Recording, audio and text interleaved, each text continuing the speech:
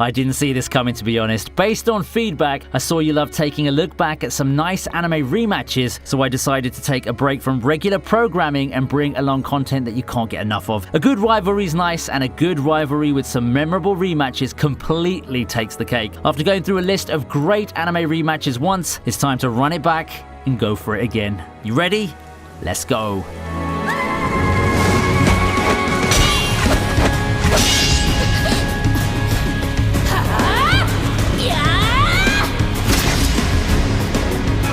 First off, we have our first sibling confrontation with Akame versus Kurome. The siblings had their fair share of truss-ups in Akame got killed. There's no love lost between them ever since Kurome's introduction, and with her necromantic abilities, she provides a great match for a sister who's taken the good side. Even their swords are polar opposites, with Akame's causing instant death, while Kurome's sword brings the dead back to life. With drugs enhancing her abilities, Kurome takes the fight to her sister in their final decisive confrontation. The fierce battle starts out even with how well matched the sisters are. In the end, the battle comes down to a final charge by both and ends with Kurome being impaled by Murasame. Kurome may be one of the most psychopathic villains, but I think few shed a tear at the battle's conclusion. Kurome and Wave's relationship's another story, and I can't deny seeing it end like this isn't sad in the slightest. An interesting thing to note here is that their final fight has a different ending in the manga. I won't spoil the fates of the characters in the manga, you're just gonna have to read that one yourself.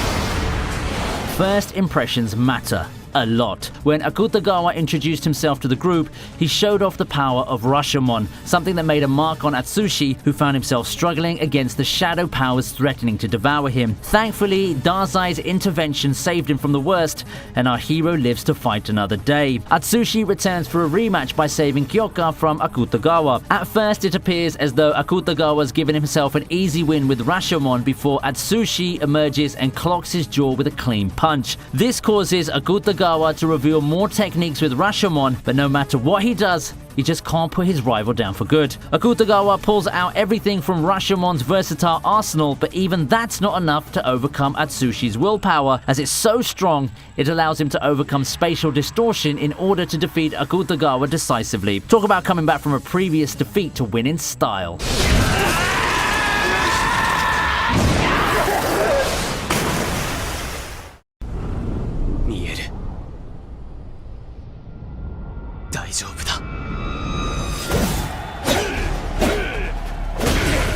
We go to the Viking period for our 7th entry, Thorfinn versus Thorkell, round 2. In their first battle aboard a ship, things didn't end well for our hero, so when the prospect of a rematch comes up, things still don't look good for him. However, this is a stronger Thorfinn than before, and with Askeladd's fate on the line, he'd probably be able to put up more of a fight this time round. Even with his resolve shaken, Thorfinn brought the fight to his far superior opponent, even coming away with clean hits this time round. Eventually, thanks to a distraction from Askeladd, Thorfinn lands a kick straight at Thorkell's head and brings down the giant. And if that wasn't enough, he manages to gouge out Thorkell's eyes as well. Ouch.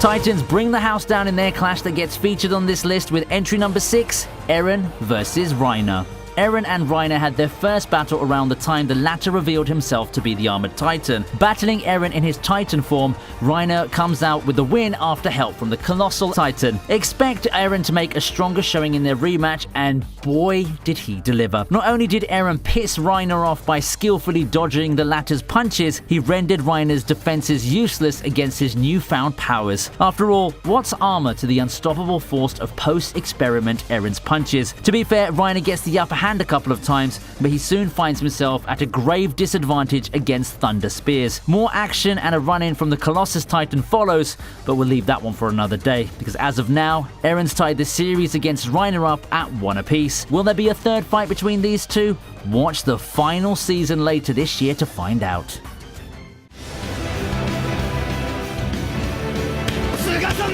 As divisional teams, Aoba Johsai, also called Seijo, and Karasuno have a rivalry brewing. Leading the charge for Aoba Johsai is their star setter Oikawa, who started off the series making a strong impression. In the inter-high preliminaries, the teams faced off. Unlike what happened in the earlier entry featuring Kuroko, the first match here is a much closer affair. Seemingly destined to face each other, they meet once again in the Spring High Representative Playoffs, the grand finale of Haikyuu's second season. As expected from the hype, the match is gripping, full of twists, and is every bit intense. In the end, Karasuno toughed this one out with clever tactics, narrowly edging their longtime rivals, finishing their revenge match against the team that once cut their journey to the top short. With the revenge match behind them, the score's now officially 1 apiece. Will we see a third match between these two teams?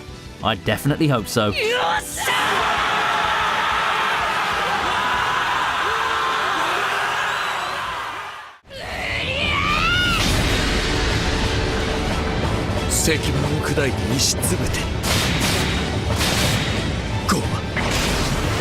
Presented as a complete enigma, Hisoka's got to be one of the coolest characters in Hunter x Hunter. The dangerous character gets introduced as a potential rival and has his first fight against the heroes in the Hunter exam arc, where he easily takes care of business, defeating Gon and Leorio. After Hisoka's words about Gon's potential, everyone's got to be excited to see that potential in action when they meet again. Thankfully, we don't have to wait that long, as the two face off once more in the Heavens Arena arc. This time, Gon shows off that talked about potential by coming up with a clever tactic to get the upper hand on his opponent. While Gon was truly outmatched in his first fight against Hisoka, this time it's Gon who takes the initiative and gets the jump on his opponent, landing a clean punch. Unfortunately, that strike would be the last of Gon's clean offense. In the end, our hero still gets trounced despite putting up more of a fight than before. However, he gets words of praise from his opponent, so that's got to count for something, hasn't it? Gon has more room to grow, and when he reaches his potential and the two have another go at it, Hisoka better watch out. ルールなしの真剣勝負の世界でやろう。命をかけて。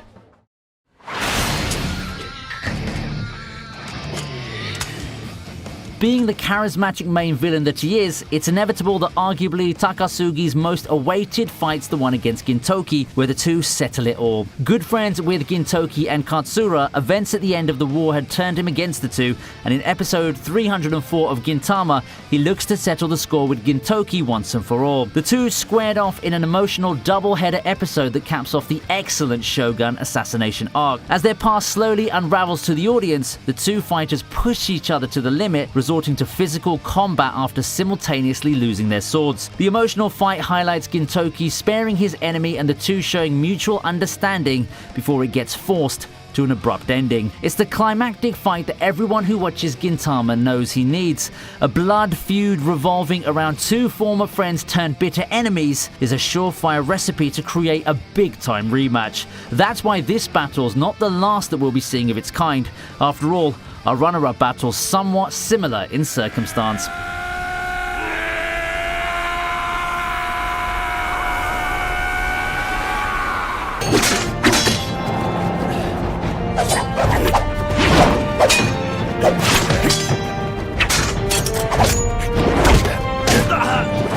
Sometimes rematches don't need to build hype. Whereas our runner-ups are matched that's several years in the making, this top one doesn't take so long. After their first conflict was interrupted, Nanashi and Luo Lang finally meet once more at the climax of Sword of the Stranger. The powerful Luo Lang's finally met the worthy opponent he's been waiting for, and it's on. Luo Lang's strength needs no further hype. After tearing through people one-man army style, among other feats, everyone knows what Luo Lang's capable of. Nanashi has to bring more than 100% to overcome the toughest challenge he has to date. The two fight all around the altar. At length, Nanashi triumphs despite sustaining numerous injuries from his fearsome opponent. What I like about this battle is there's no need for a complicated backstory about the two. Despite not having arcs dedicated to a rivalry, despite the characters not going through episodes or chapters of build-up, I mean, it is a movie of course, the hype's still there because of the amazing fight choreography, animation, and of course the music. It's no surprise that this fight is regarded as one of the best sword fights in anime. It's a duel as clean as it can possibly get, and that makes Nanashi's victory all the more satisfying.